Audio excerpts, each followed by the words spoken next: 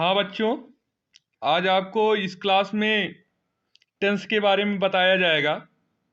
तो टेंस जो होते हैं वो मुख्यतः तीन प्रकार के होते हैं: प्रेजेंट टेंस, पास्ट टेंस और फ्यूचर टेंस। प्रेजेंट टेंस जो होता है वो वर्तमान काल होता है, पास्ट टेंस भूतकाल और फ्यूचर टेंस भविष्यकाल।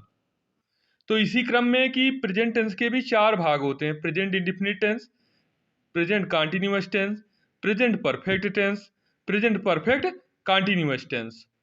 और इसी तरह होता है कि प्रेजेंट के स्थान पे पास्ट आ जाएगा तो past indefinite tense, past continuous tense, past perfect tense और पास्ट परफेक्ट कंटिन्यूअस टेंस होता है। इसी क्रम में फ्यूचर के स्थान पे आएगा तो future indefinite tense, future continuous tense और future perfect tense, future perfect continuous tense. तो आज से हम अपना प्रेजेंट इंडेफिनिट टेंस के बारे में पढ़ेंगे, जिसमें पहले आएगा अफर्मेटिव सेंटेंस। तो अफर्मेटिव सेंटेंस को पहचानने के लिए पहचान बताई गई है। यदि वाक्य के अंत में ता है, ती है, ते हैं आदि शब्द अगर आते हैं तो ये जान लेना है हमको कि ये प्रेजेंट इंडेफिनिट टेंस है। तो किसी भी चीज को करने के लिए इसको एक नियम के रूप में किया जाता है। तो अफर्मेटिव सेंटेंस को बनाते समय हमें रूल को याद रखना होगा। पहला रूल कहता है कि सब्जेक्ट कर्ता आई, बी, दे, यूं तथा प्लूरल नंबर बहुवचन के साथ मुख्य क्रिया में यस या ईएस का प्रयोग नहीं करते हैं।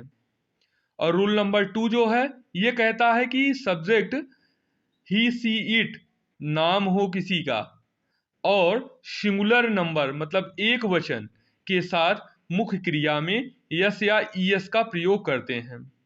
और इसके बाद ये नियम लिखा गया है, ये आपको कहीं भी किसी भी स्थान पे नहीं मिलेगा, ये हमारी ही कोचिंग में आपको मिलेगा। तो ये नियम जो कहता है कि subject plus first form of the verb plus object.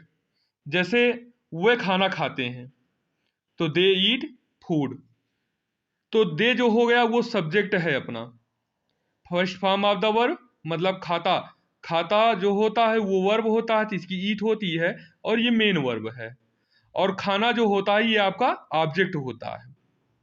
जैसे वह गीत गाता है तो ही सिंग्स सॉन्ग, तो ही जो हो गया हमारा सब्जेक्ट है, गाता जो हो गया मेन वर्ब है और ऑब्जेक्ट जो आपका आया वो गीत है, तो ऑब्जेक्ट हो गया। तो यही बताया गया है कि subject first form of the verb plus object. इसी क्रम में निगेटिव सेंटेंस जो है वो कहता है कि rule number 1 subject I, we, they, you तथा प्लूरल नंबर के साथ डू नॉट का प्रयोग करते हैं। रूल नंबर 2 कहता है कि सब्जेक्ट ही, सी, इट किसी का नाम हो मतलब नेमिंग वर्ड्स हो और सिंगुलर नंबर के साथ डज नॉट का प्रयोग करते हैं। तो इसमें एक नियम जो बताए हैं हम आपको कि subject plus helping verb plus not plus first form of the verb plus object होता है। जैसे एग्जाम्पल में दिया गया है कि तुम गीत नहीं गाते हो तो you do not sing a song, तो जो यू आया ये आपका सब्जेक्ट हो गया, इसके बाद हेल्पिंग वर्ब हो गई, इसके बाद हमने नॉट लगाया, फिर first form of the verb क्रिया की पहली अवस्था लगा दी मेन वर्ब का और उसके बाद कहा है कि ऑब्जेक्ट लगाने के लिए उसके बाद हमने ऑब्जेक्ट लगा दिया।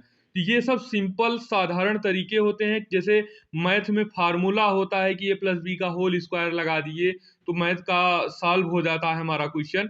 इसी तरह इतना सारा नियम पढ़ने से अच्छा अगर हमको इतना याद हो जाए तो हम किसी भी सेंटेंस को अंग्रेजी में सॉल्व कर सकते हैं। जैसे इंट्रोगेटिव सेंटेंस दिया गया है तो इसमें फर्स्ट टाइप है helping verb plus subject plus first form of the verb plus object plus question mark, तो ये दिया गया है।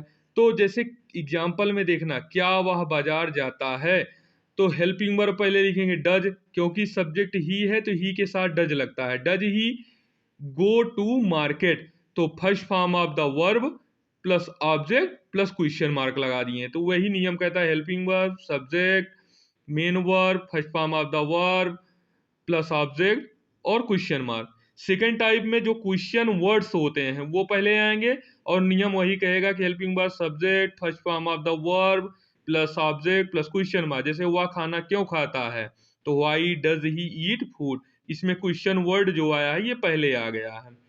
इसी तरह इसी क्रम में इंट्रोगेटिव निगेटिव सेंटेंस होता है।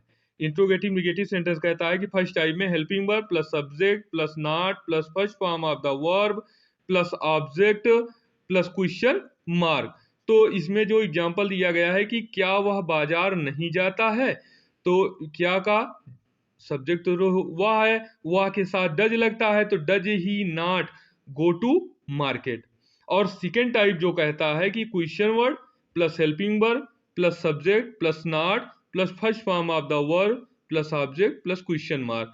जैसे वह बाजार क्यों नहीं जाता है, तो why does he not go to market. और इसमें यही है कि पहले क्वेश्चन वर्ड आएगा, फिर हेल्पिंग वर्ब आएगी, फिर सब्जेक्ट आएगा, फिर नॉट आएगा, फिर मेन वर्ब की फर्स्ट फॉर्म आएगी, फिर ऑब्जेक्ट आपका आएगा। तो ये आपके प्रेजेंट इंडेफिनिट टेंस के जो नियम थे ये समाप्त हुए। और आगे की कक्षा नियमों को जानने के लिए आप हमारे वीडियो को लगातार देखते रहिए। और अभी तक अगर सब्सक्राइब नहीं किए हैं तो हमारे चैनल को सब्सक्राइब कर लीजिए। Thank you.